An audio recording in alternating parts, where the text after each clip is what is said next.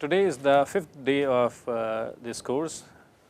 Welcome to the course, and what we are going to discuss today is how different types of variational formulations, and one of these particular formulations known as the Rayleigh-Ritz method is very frequently used in finite element analysis, but we will not only discuss the Rayleigh-Ritz approach, but maybe in the next class or one or two other classes we will also discuss other approaches which are used to formulate our problems.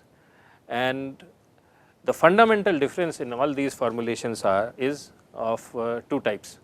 First is that either we use the strong form or the weak form, that is one difference, and the other difference is that what type of weight functions do we choose. So, what we had discussed earlier was that the choice of weight functions is to be such that it has to meet, in context of weak formulation, it should represent the variation in the dependent variable. In some formulations, it is a little more restricted. So, we will discuss all these things in detail.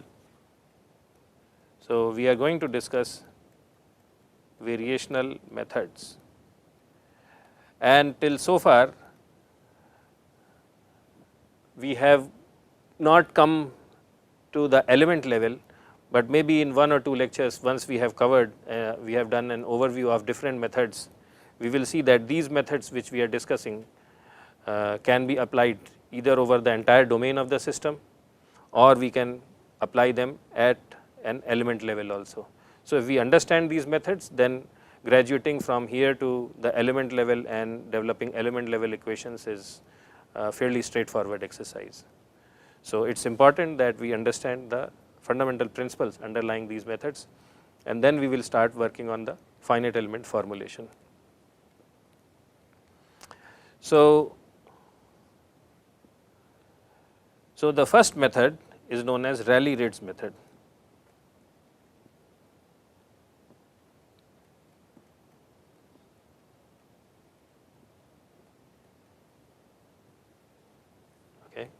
And in this couple of important points, that we only work on weak form.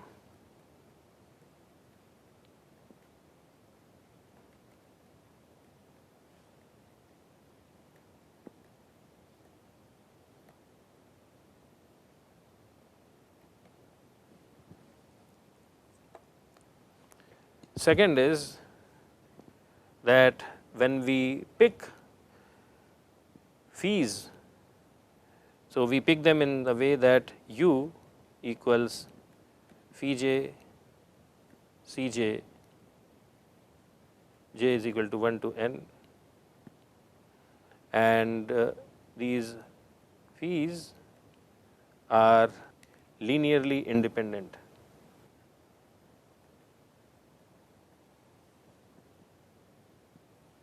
We cannot pick up functions which are linear functions of others. Okay. Otherwise, we will get simultaneous equations, n equations in n unknowns, but when we will start solving it, we will not be able to solve the solution unknowns. The third thing is that in Rayleigh-Ritz method, W is nothing but phi I. So, once we have made a choice on these phi j's, I essentially use the same functions in place of W. Okay. These Cj's are called Ritz coefficients. They are called Ritz coefficients. So, if there are n unknowns, I know that there are n weight functions also, because the number of weight functions associated with n unknowns is also n. So, I get n equations, n unknowns, and I can solve them. Further, what we had discussed earlier in the last class and the class before that is that these functions phi j's, they have to meet only essential boundary conditions. We do not have to worry too much about the natural boundary conditions, because when we develop the weak form, the natural boundary condition automatically comes into the equation, and if its value is known, we just plug in those values in the equation. And the last and very important point is that all this thing works well only for systems where this B of W and U is bilinear and symmetric.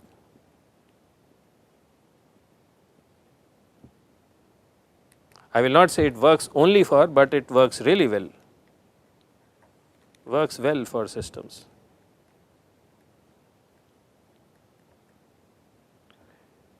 If it is not bilinear and symmetric, then we may end up getting nonlinear equations and C's. So then we have to figure out how to solve them.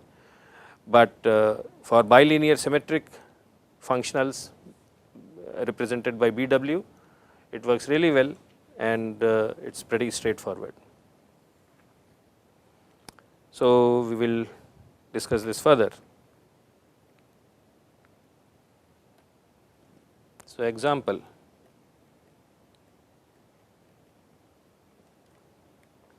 So we had seen that in context of that bar, that is one differential equation it can solve. There may be others also. It could be in general represented as B of W and U is equal to L of U, W.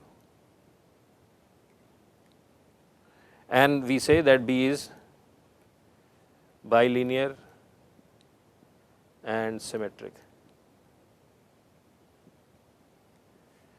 So if that is the case, then I can also represent it as I equals half of B U comma U minus L of U. And so this is the equation which I have to solve. This is the functional, and if I minimize this functional, I get this equation. We have seen this in the last class, because the variation in U is W. So this is W.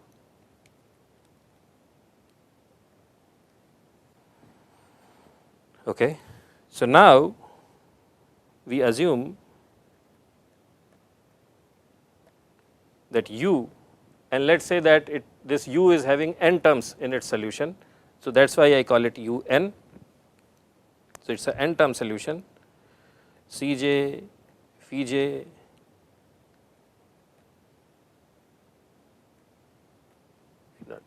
Ph naught is some constant. Okay. So I can, so let us call this equation 1, call this 2. So if we put 1 in 2, what do I get? I get, so UN is this entire thing, U is this thing, and also W is, no, that is fine. But what I am saying is, I know that U is this equation represented by equation 2, and W is the weight function, and I said that in Rayleigh-Ritz method, the weight function is same. So it could be, it is phi I. So instead of W, I am putting phi I, comma, Cj, phi j plus phi naught. So this entire thing in parenthesis, it represents U is equal to L of phi I.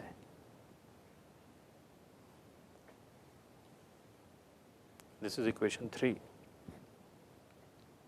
And we will actually do one example. Right now this is very general, but we will actually do an example, so you will see how this works out. So because B is bilinear,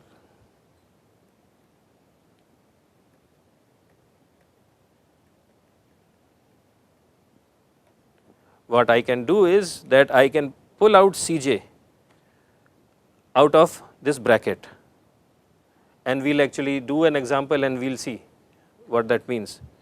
So, I can write it as summation of j is equal to 1 to n P of phi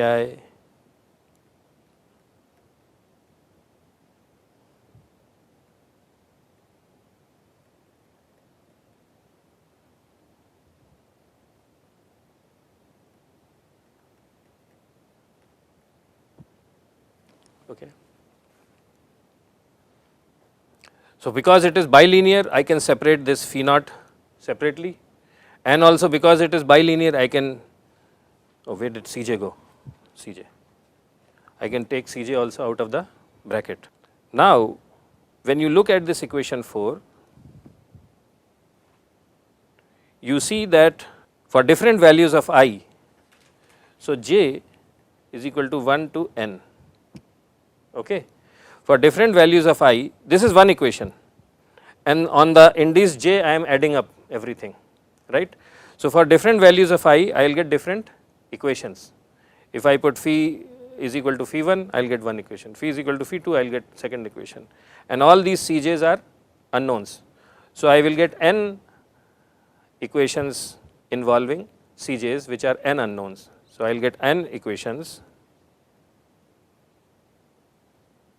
and n unknowns.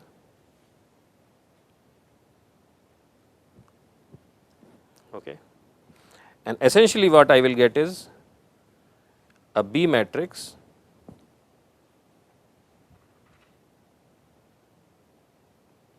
multiplied by a vector C, and this is equal to a vector F. So, this is known, this is unknown, and this is known.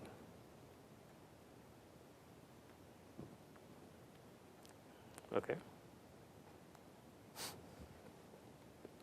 So, now I can solve these equations and get the values of C's. So, we will do an example.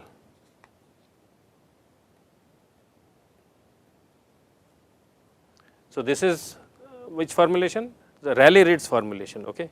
The main thing about Rayleigh-Ritz formulation is its weak form, it uses weak form, and here the choice of weight function is same as the choice of polynomial approximation functions. So, in context of the bar problem, B we had seen it was defined as 0 to L dw over dx du over dx times dx, and there was this constant a or some parameter a. Okay. So, what we will do is we will compute this B matrix for this type of a function. So, first step is that we say that u is equal to Cj phi j, j is equal to 1 to n, and in this case for purposes of simplicity we limit n is equal to 2. So, the size of our B matrix will be 2 by 2, 2 by 2.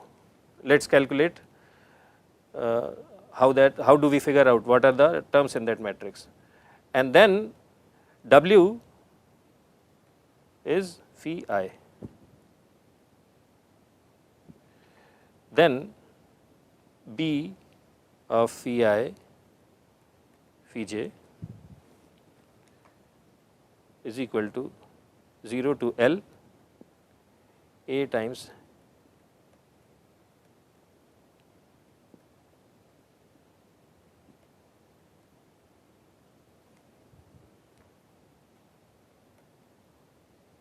right.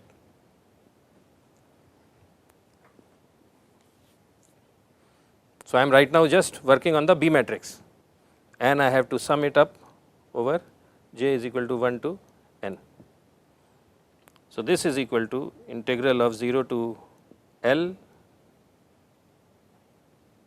a times d phi I over dx, right, and I have to sum these things on the index g, on the index j, right.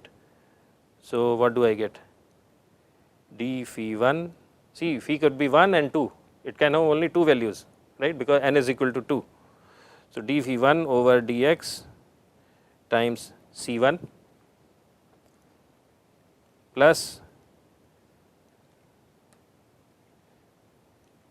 d phi 2 over dx times C 2 dx. Agreed? Okay. So, now in this equation I can vary. In one case I will be 1 and in another case I will be 2. I can have 2 values because n is equal to 2, right.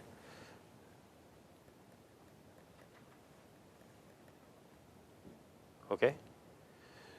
So, when I is equal to 1, what do I get? B phi 1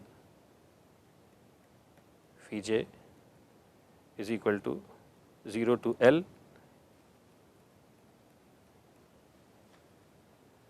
So, I equals 1 times d phi 1 over dx times C 1 plus integral 0 to L a d phi 1 over dx times d phi 2 over dx times dx. And when I equals 2, then my B functional is, so here I is equal to, instead of 1, now I will put 2, right, and this equals 0 to L C2, C2. Where should I put C2?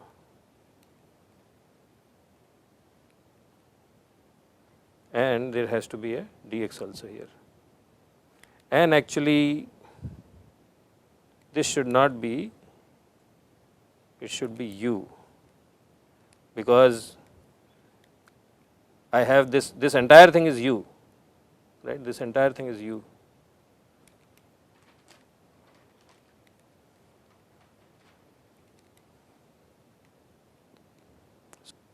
So, this is equal to d phi, and instead of, if I is equal to 2, then I get here this thing.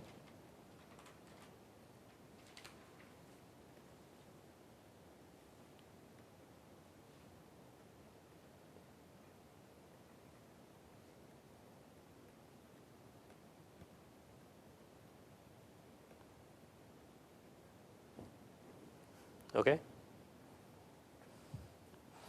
So, I am getting 2 equations. One is for B of phi 1 u and the other one is B of phi 2 u. And now I identify these things. So, what I do before I move this C1 is a constant, but it is unknown.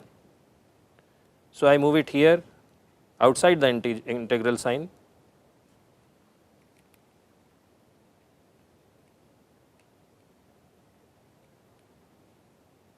I moved it outside the integral sign, and then this term is B11. This integral term is B12. This integral term is B21, and this integral term is B22. Understood? So, this is how I calculate the values of B's. I know what kind of fees I have, so I can integrate these and get the entire B matrix, which is in this case 2 by 2. If n was 3, then this B would have been 3 by 3, and so on and so forth. So, my equation is B11, B12, B21, B22 C1, C2. See, C1 and C2 are unknowns. So, these equation 1 and this is equation 2 can be represented by this 2 by 2 matrix multiplied by this column vector, this vector on C. And on the right hand side, what do I get? I get the F equation, the terms involving the F vector. I basically do the same thing on LU, the linear term. I do the same thing on LU and I will get my F1 and F2. Any questions, confusion? How I get F? Okay. So, this is how we get this B matrix, and then we multiply it by this vector of unknowns, which is the C column, and that equals the F vector. Now, the way you calculate this F vector is that you have to go back to your definition of this LU term, right? Okay. So, that is what we will do in next 5-7 minutes. Okay. So, and for that again we have to go back and refer to the original equation. So, let us go back and see the definition of L. Okay. So, in my definition of L, I have this WA du over dx and also W times Q. Okay. Now, in this case, at x is equal to 0, u naught is, excuse me, at x is equal to L, at x is equal to L, I have specified that this is A du dx is 0. So, this term is 0, right, and at x is equal to 0, u naught is specified. So, W will be 0 because it represents the variation, and because that thing is specified, then it is 0. So, in my L functional, which is a linear functional, only this term will appear, only this term will appear in context of these boundary conditions. If the boundary conditions differ, then it can change, okay, it can change. So, what we will do is, so if I move this to the right side, this will become a positive thing. So, that is what we are going to calculate. So, my linear functional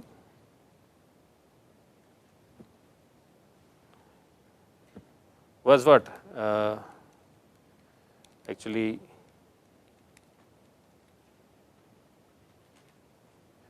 it was Q times W dx, right, and it has a positive sign because I have moved it to the right side. Now, this will give me the F vector. How do I get F vector for F1? I put phi1 in place of W.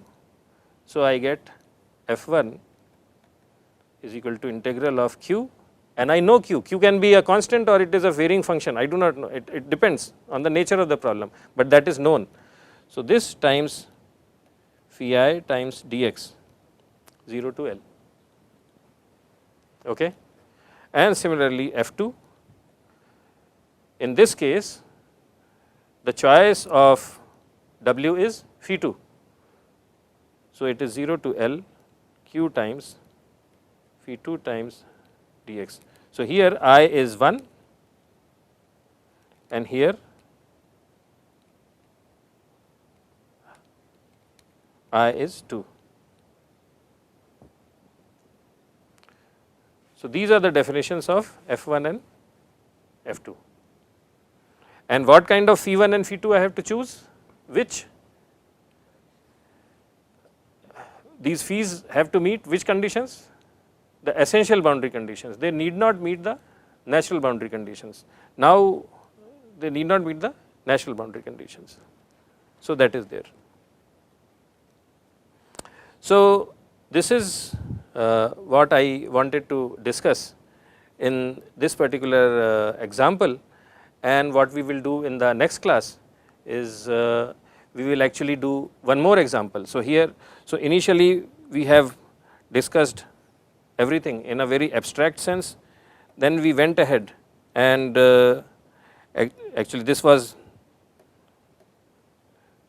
is the abstract sense where we said that we will get a set of equations B times C equals F, and then we actually made it more tangible, and for n is equal to 2 we have computed the values of B11, B12, B22, B21 and also F1 and F2, and then the next example we will actually do a real equation and we will solve for some of these terms. Now, two important things I wanted to make. These were, first thing is that if you look at this B matrix and if you look at these terms B12 and B21, they are same, right, because if you d phi 1 over dx times d phi 2 over dx, and here differential of phi 2 with respect to x times differential of phi 1. So, it is a symmetric matrix, and this symmetry comes because our original function B was what? It was symmetric. It is directly because of that reason. Second thing, suppose we had, instead of our weak form was something like this. Suppose our weak form was something like this. Suppose it had a square. So, this is not a linear system, right? It is not a linear system.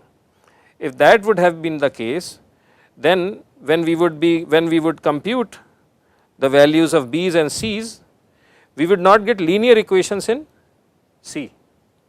Okay. Then we would not get linear equations in C, because when we replace U with Cj Phi, we will get squares and cross multiples of Cj's. You may get C1 square plus C2 square plus C1 C2 plus C3 square plus C1 C3 plus C2 C3 and so on and so forth. Okay. So, these equations will not be linear. These equations will not be linear, and neither they will be symmetric.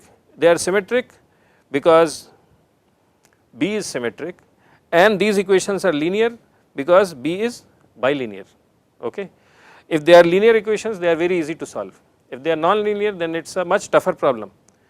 So, at least in context of the discussion we will be having in this course, we will be only solving linear problems. Okay. So, suppose, so that is one thing. The other thing is that I also had this phi 0 term, this phi 0 term. Now, phi 0 term helps us take care of, so suppose you have a bar and there is a displacement 5 millimeters here, then all these phis, all the values of phi j, it will be 0 at this end and this end, right, that is how we are picking up. But then at the end there is some displacement which is 5 millimeters. So, that is done through this introduction of phi naught. Okay. So, that takes care of the non-homogeneous boundary conditions related to related to primary variables, Okay. These phis take care of the homogeneous conditions related to primary variables. We had discussed this earlier. Homogeneous condition means things are equal to 0. If there is a non-homogeneous condition, then this phi 0 term takes care of that. So, that is why we had introduced this term phi naught. Okay. So, but the mathematics is identical. So, we do not have to worry about it, mathematics is identical. So, that concludes our discussion. In the next class, we will continue this discussion and do one or two very practical examples of actual differential equations, so that you become more familiar with this method. Thank you.